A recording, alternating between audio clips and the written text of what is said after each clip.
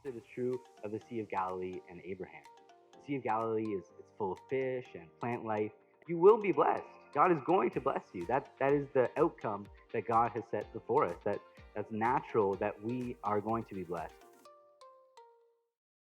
So there's a detailed report that was published in last September, 2021, to scientific reports of nature.com, and it details the destruction of a city just north of the Dead Sea known as Tal el Hammam, which is believed by many to be the ancient Sodom.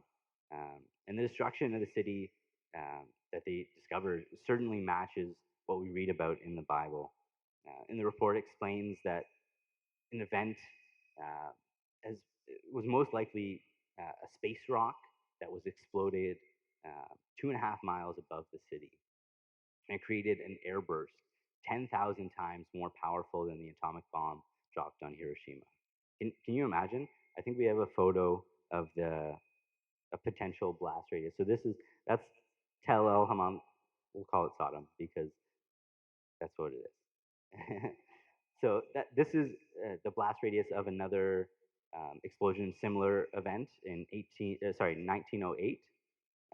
So they've overlaid it to get you an idea of what the radius could have been. So when this explosion happened, the report explains the city was immediately covered in fire, and temperatures quickly reached higher than 3,600 Fahrenheit. It was so hot it was melting the outside of pottery, but the inside was still untouched. And I think Sarah can relate to that.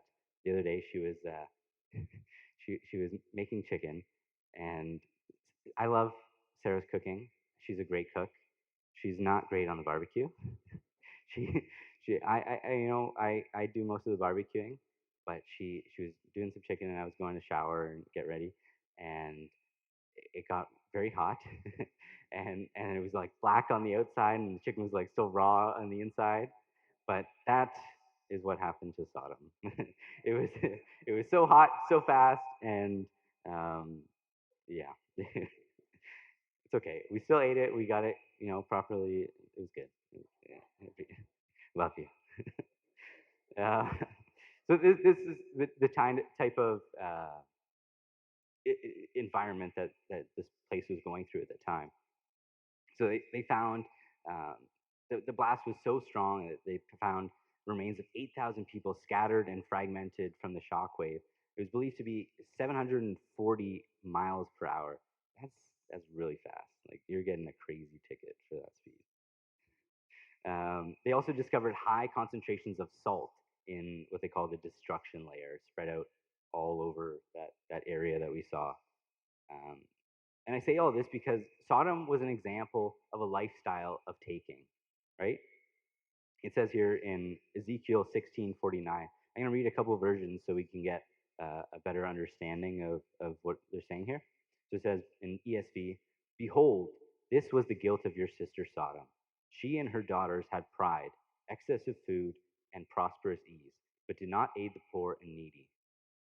NIV says it this way: "Now this was the sin of your sister Sodom. She and her daughters were arrogant, overfed, and unconcerned. They did not help the poor and needy." In the Message translation says, "The sin of your sister Sodom was this: she lived with her daughters in the lap of luxury, proud, gluttonous, and lazy. They ignored the oppressed and the poor." The Sodomites, they lived physically near the Dead Sea, but they also lived in the way of the Dead Sea. They lived a life that was selfish and self-serving, and they only cared about themselves and their personal desires and their personal pleasure. They lived to take from others and give nothing out. Amen. Ultimately, they died in the way of the Dead Sea, covered in salt and absent of life. Not only did they die there, but the cities that surrounded them were wiped out. Just like the banks of the Dead Sea, everything that they touch is infected and barren. And when you live a life that's self-serving, it sucks the life from everyone around you. You're not somebody that wants to be that you want to other people want to be around. You're taking and you're unhappy and you're just doing things for yourself. Nobody wants to be around somebody like that. And it's it sucks the life out of those around you. But the opposite is true of the Sea of Galilee and Abraham. The Sea of Galilee is it's full of fish and plant life, and everything that surrounds it is growing and fruitful. And Abraham had been so blessed by God, and through that blessing, Lot was also blessed to the point that they couldn't share the same land anymore. They grew so much because of the blessing and sharing that blessing. And I think we need to take an inventory of our life. Um, are we like the Sea of Galilee, full of life and abundance, like Abraham's flourishing flocks and through him Lot? Or are we like the Dead Sea, lifeless, killing everything and everyone around us? I think it's easier than we think to be like the Dead Sea. Of course, we all want to think of ourselves as the Sea of Galilee. But do we really give out more than we take? Do we leave others feeling refreshed and after spending time with you? Or do they feel drained? Are you building others up with your conversations? Or do you only talk to people for what you can get out of it? What I want to get from this message is um, that giving is not something that you do, but it's a lifestyle that you live. Amen? I just, the Christian lifestyle, it's a giving lifestyle. You can write that down, a giving lifestyle. And that's what the lesson of the seas is about. And that's what God was trying to show Israel through that land farm, through that space. But they didn't learn the lesson. They saw it every day. It was around them. It was the area that they lived, but they didn't learn the lesson. We have the option to learn the lesson. Amen. Solomon is another example of someone who dedicated their life to receiving. Solomon was so blessed by God. He was the wisest man who ever lived, um, and God blessed him with that. But he took power of a kingdom that was stronger than it had ever been before, and yet he led his people to division. But as a wise man, Solomon knew that the wisest people never stop learning and never stop being teachable. And that's true, and that's good, and I believe in that. But it's a receiving mentality. It's about what you can take in. Solomon spent his life taking and collecting his spoils, his riches, and God's blessings.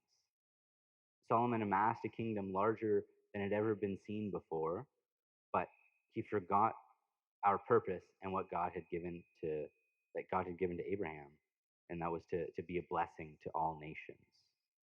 Solomon collected horses and chariots, gold and silver, wives and children.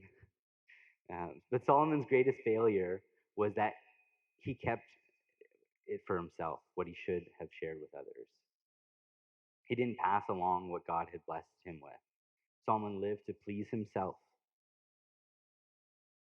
He didn't. He stored up his riches on earth that he didn't need. It was all excess. And sometimes we can be so greedy that we try to store everything for ourselves.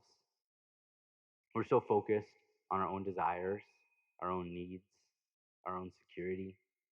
We're like a squirrel storing up every nut it can see before winter comes. It's stuffing your cheeks and like whatever, more than you could ever need, more than you could ever use or consume. And it's a sad reality that we face and we can struggle with. But it's easy to be desperate for God when you have nothing. But how desperate will you be when God provides for all your needs? Because when you live a life that, as a Christian, as God intended it, you will be blessed. God is going to bless you. That is the outcome that God has set before us. That's natural that we are going to be blessed when we live for God. And that's what God does for his people. But the hardest test to pass is the test of success. And Solomon failed that test. When God gives you everything, will you still desire him? When God has provided everything you need, will you still long for him? Will you still crave a deeper relationship with him, a connection to him? Because when you have nothing and you're barren, you'll take whatever you can get. But when you have what you need, you know, I'm in my lazy boy, I'm comfortable. Are you still going to be on your knees begging God for everything each day? it's such a hard test to pass, that test of success, and to crave God in that way. But it's so necessary for us. And if you focus more on gathering than giving, you're always going to live a life that's unfulfilled. When we're not focused on what we can give out and what we can share with others, we're always going to be focused on what we don't have, and then the next hole that we need to fill. But we need to focus our mindset on and develop a giving reflex. It should be so natural for us to bless others that we don't have to think about it. It's just instant. Boom. Yeah, you got it.